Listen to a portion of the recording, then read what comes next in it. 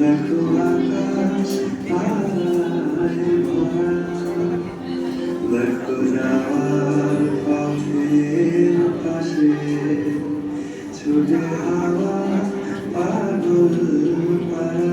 সকলের কাছেই পরিচিত, কাজেই এ বিষয়ে পুনরায় আমি আর বিশেষ কিছু বলতে চাই না।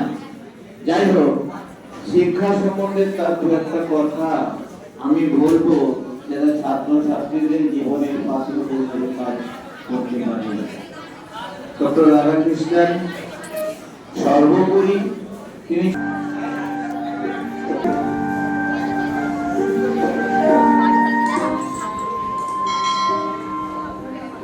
আমার এক মাস্টারমশাই কোনোদিন কারো গায়ে হাত তুলতেন না। সেই তিনি একবার মেজাজ হারিয়ে একজন ছাত্রকে চড় মেরে ফেলেছিলেন। স্কুল ছুটির পর নিজে সেই ছাত্রকে নিয়ে গিয়ে দোকান থেকে মিষ্টি কিনে খাইয়েছিলেন। মনে পড়ছে আরো একজনের কথা। বাড়িতে সবসময় কয়েকটা বাড়তি ছাতা রাখতেন। বৃষ্টির দিনে টিউশন করতে আসা ছাত্রছাত্রীদের জনে জনে জিজ্ঞাসা করতেন ছাতা আছে কিনা। না থাকলে দিয়ে বলতেন, জানি তোদের বৃষ্টিতে ভিজতে ভালো লাগে, কিন্তু এই সময়টা ভালো না, ভিজিস না, ছাতাটা নিয়ে যা, সামনের দিন নিয়ে আসিস। মফস্বলের এক অতি প্রবীণ মাস্টারমশাইকে তার রোগসজ্জায় কি করতে ইচ্ছা করছে জিজ্ঞেস করায় প্রিয় ছাত্রের নাম করে বলেছিলেন, ওকে দেখতে খুব ইচ্ছা করছে। বিশ্বাস করুন, সিলেবাসের মধ্যে আর সিলেবাসের বাইরে অনেক অনেক জিনিস শেখানোর ফাঁকে এক মুহূর্তের জন্য এনারা বুঝতে পারেননি এটা তাদের জীবিকা।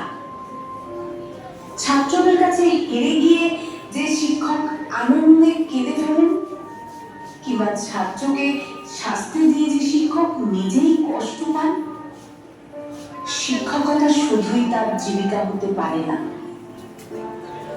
এত বছরের সিলেবাসের মধ্যে আর সিলেবাসের বাইরে যা কিছু শিখেছি, যতজনের কাছ থেকে শিখেছি, তাদের সকলকে আমার আনত প্রণাম। যা কিছু শিখতে পারিনি তার দায় পুরোটাই আমার। ভালো থাকবেন স্যার, সুস্থ থাকবেন আপনারা সবাই।